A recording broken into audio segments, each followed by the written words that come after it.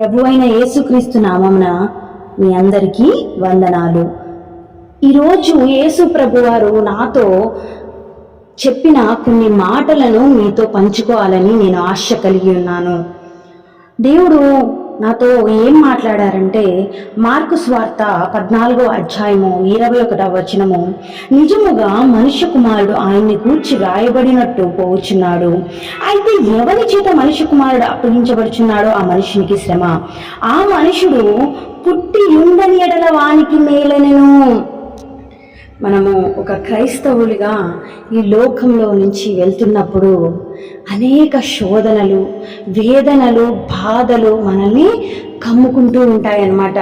అసలు ఒకవేళ శోధన, బాధ అనేది లేకపోతే క్రైస్తవ జీవితానికి అర్థమే లేదు.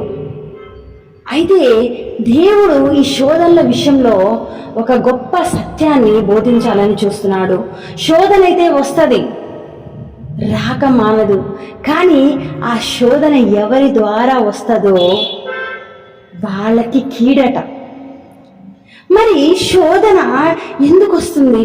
వాళ్ళ ద్వారానే ఎందుకు వస్తుంది అంటే, నీ ఇంట్లో వారి ద్వారా కావచ్చు, నీ భర్త ద్వారా కావచ్చు, నీ భార్య ద్వారా కావచ్చు, నీ పిల్లల ద్వారా కావచ్చు, నీ ఇంటి చుట్టుపక్కల వారి ద్వారా కావచ్చు, ఎవరి ద్వారా అయినా కావచ్చు, శ్రమ అయితే మనకు కలుగుతుంది. ఎందుకంటే సైతాను ఎలా అయినా మనల్ని హింసించాలని ఎవరియో ఒకరిని మన మీదకి ఉసిగొలుపుతూ ఉంటాడు. ఇంతవరకు బాగానే ఉంది, క్రైస్తవుడు అంటున్నారు, శ్రమ వస్తుంది అంటున్నారు, ఇది అందరూ చెప్పే విషయమే కదా, మరి మీరేం చెప్పాలనుకుంటున్నారు సిస్టర్ గారు అని అడగొచ్చు. కానీ దేవుడు ఈరోజు నాతో ఒక గొప్ప సత్యాన్ని పంచుకున్నాడు. అదేంటంటే, శోధన అయితే వస్తుంది, కానీ శోధన ఎవరి ద్వారా వస్తుందో వాళ్ళు పుట్టి ఉండకపోవడమే కరెక్ట్ అట. ఇస్కరియోతు యూదా ద్వారా యేసు ప్రభువుకు శోధన వచ్చింది, కానీ అతడు ఏమైపోయాడండి? చెట్టుకు ఉరివేసుకొని తను ఏ డబ్బు కోసమైతే కక్కుర్తి పడి దేవుడైన యేసు ప్రభువుని అప్పగించాడో అదే పొలంలో ఉన్న చెట్టుకు ఉరివేసుకొని చచ్చిపోయాడు. ఈరోజు నేను ఒక మాట అడుగుచున్నాను. ఒకవేళ అన్యులైతే ఆటోమేటిక్గా వాళ్ళని శోధకుడు ఎప్పుడు పట్టుకొని ఉంటాడు కాబట్టి వాళ్ళ ద్వారా మనకి శ్రమలు వస్తుండడంలో ఆశ్చర్యపోనక్కర్లేదు మనం. కానీ నువ్వు ఒక క్రైస్తవుడివై ఉండి దేవుని మార్గంలో నడుస్తూ నీ ద్వారా ఇతరులకు శోధన కలిగిందనుకో, దానికి మాత్రం నువ్వు చాలా లెక్క అప్పచెప్పవలసి ఉంటుంది. నేను ఈ విషయాన్ని మీకు పంచుకోవాలని అనుకుంటున్నాను. ఇస్కరియోతు యూదా ఎవరండి? యేసు ప్రభు శిష్యుల్లో ఒకరు. యేసు ప్రభు వెంట తిరిగిన అతను సడన్గా డబ్బుకి కకృతి పడ్డారు. ఈ లోకంలో చాలా మంది మనుషులండి లోకాశలకి, డబ్బులకి కకృతి పడుతూ ఉంటారు. లేకపోతే ఇతరులు చెప్పిన మాటలు విని అదే నిజమని నమ్మి ఆ డైలమాలో ముందుకు వెళ్తూ ఉంటారు.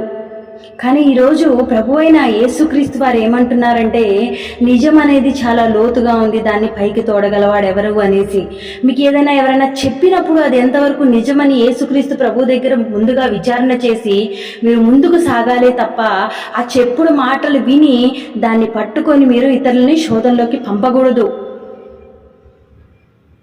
డబ్బులకి కక్కుర్తుపడి మీరు శోధనలోకి పంపకూడదు. మనము ఒక క్రైస్తవుడిగా అండి, దేవుడి ఆత్మ మన చుట్టూ ఒక బోర్డర్ గీస్తుంది.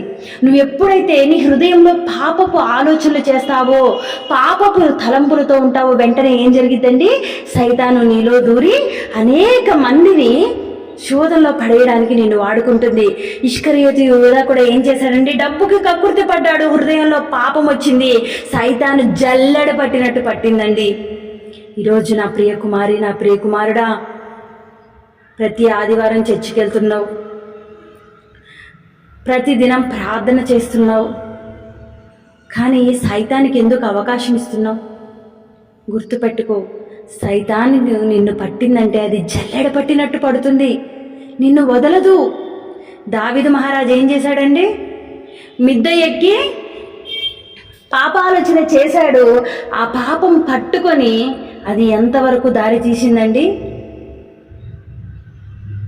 ఒక చంటి బిడ్డ మరణానికి కారణమైంది. నువ్వు అనుకోవచ్చు, పాపానికి క్షమాపణ ఉంటుంది కదా అని. ఒకసారి నువ్వు క్రైస్తవుడిగా దేవునిలోకి వచ్చిన తర్వాత క్షమించడం అయితే జరుగుతుంది, కానీ దానికి తగ్గ ప్రతిఫలం మాత్రం వెనువెంటనే నువ్వు పొందుతావు. దావీదుకి ఏం లేట్ కాలేదండి, కొన్ని రోజులు గ్యాప్ ఇచ్చాడు, కానీ వెంటనే ఆ పాపానికి లెక్క అప్పచెప్పవలసిన రోజు దగ్గరలోనే వచ్చింది.